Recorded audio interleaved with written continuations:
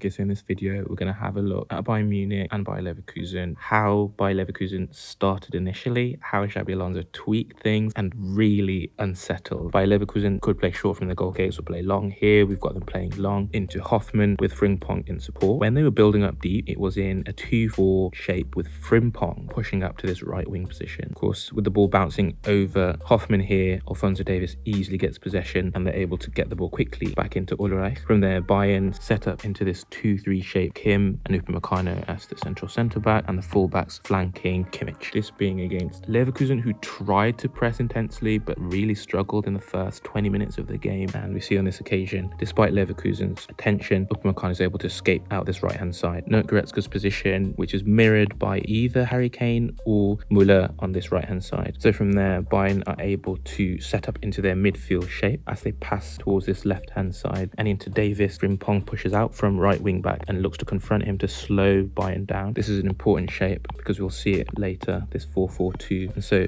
Bayern set up into what is the shape they pretty much play for the rest of the game. You have Kane as the central centre forward, your two wide midfielders really trying to stretch the pitch. You've got Müller playing between the lines, and typically he's accompanied in there by Goretzka, who will swap between this number 8 and CDM role to support Kimmich. Eventually we see Bayern play out towards this right hand side, which was their favoured side to build up through. We've got Müller roaming out towards that right hand side and looking to try and cause indecision for the back line, essentially wanting to eventually attack the space between this wide centre back and wing back and create space for Sané. So we see Bayern rotate possession as they're forced into retreating by Leverkusen's pressure, and through Hoffmann getting out towards Kim here, they're able to somewhat turn Bayern around. This was at the stage when they were playing what I'd like to call a 5-2-3 with Ritz, Boniface and Hoffmann leading this press. Of course, Bayern aren't really plussed at this point. They're able to pass around, pass back into Ulreich and set up to go again. And so we see that same 2-1 with the fullbacks looking to drop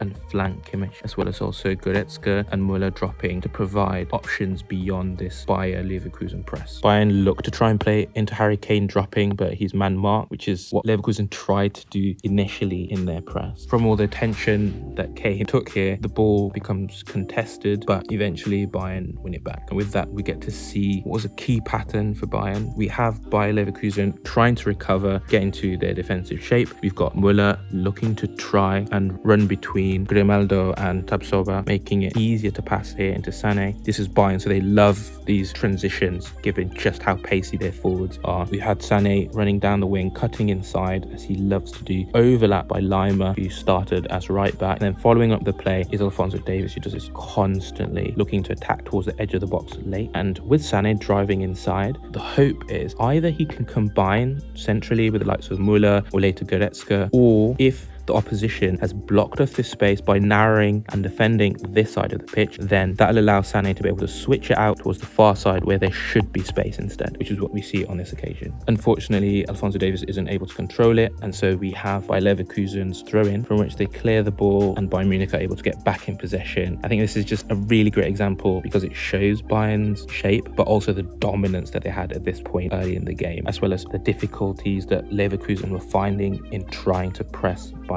We do get to see this 5-2-1-2 shape. So we have our CDMs, we have Hoffmann, our right winger, coming more narrow and marking Kimmich, and it's Boniface as the two centre forwards in this press. Unfortunately, it wasn't particularly effective. Anyway, moving on to the 71st minute, Bayern are still building up in that 2-3 shape. At this point, Lima is now the CDM, much to Kimmich's disdain, and we have Mazraoui as right back. And then our two number 8s, we now have instead Musiala and Goretzka. Goretzka is now playing on his right hand side and Musiala is floating between the lines as Müller did. But unlike Müller, who's mostly focused on picking up difficult to defend positions, Musiala is also doing the same, but when he gets the ball, he's very happy to dribble and drive at defenders. But I thought this was a really good example because it shows pretty much the same pattern that we saw before. Fortunately for Leverkusen, they're able to defend this, but Bayern are able to whip in another ball from the left-hand side. Alternatively to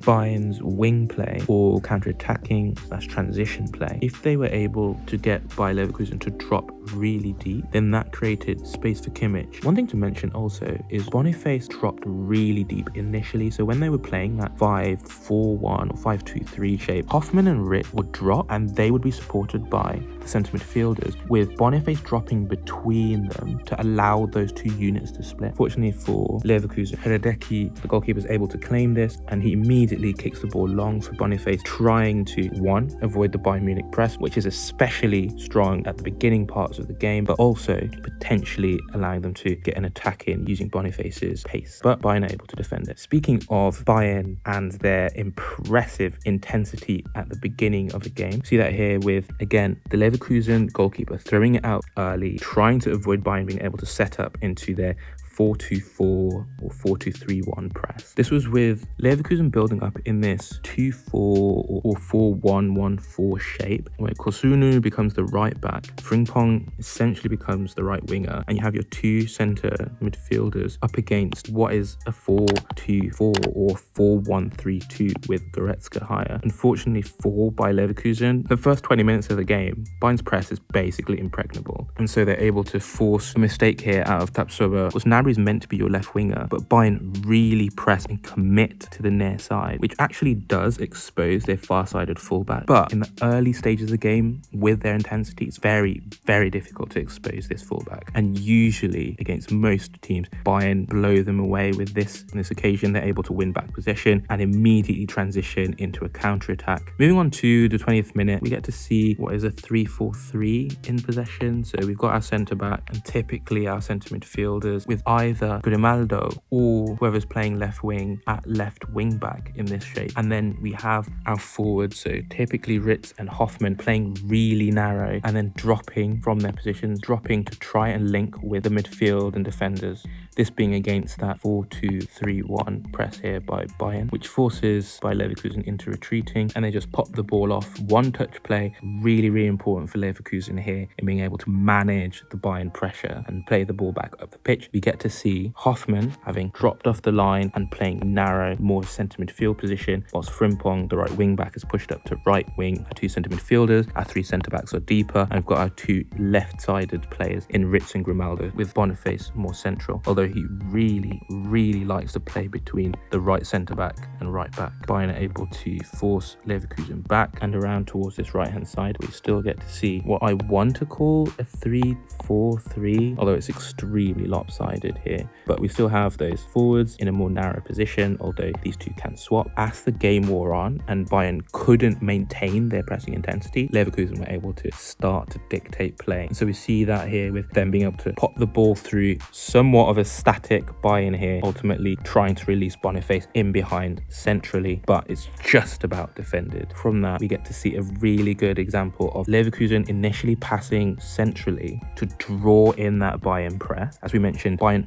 really like to narrow in their press, but that exposes the far side fullback here, which we see with that early ball into Frimpong, which releases Hoffman, and they're able to whip in across from the right hand side. In the second half, given that 5-2-1-2 or 5-2-3 pressing shape didn't work for Leverkusen, they moved to this 4-4-2 shape instead, with Frimpong pushing to right winger and Ritz to second centre forward, against what was an unchanged 2-1 or 2-3 shape here by Bayern. And let's just say it was a really, really effective. We see that here with that interception and Leverkusen immediately getting on their bike. You've got numerous supporting players here for Boniface, although he chooses to take a shot from the halfway line. And I think this just encompasses the switch in momentum and just how much Leverkusen were on the rise at this point. Okay, so we mentioned that 3-4-3 is what Leverkusen initially played, but in the second half, they moved to this 2-4-2-2 shape. We've got Frimpong playing as the right winger, and then high up on this left-hand side, Boniface. But they have this two centre-backs and Kosunu pushing to right back. And just as we had earlier, we have two left-sided players in Hoffman and Grimaldo swapping. So here we have our left winger at left back and our left back inside as a centre midfielder. And Bayern still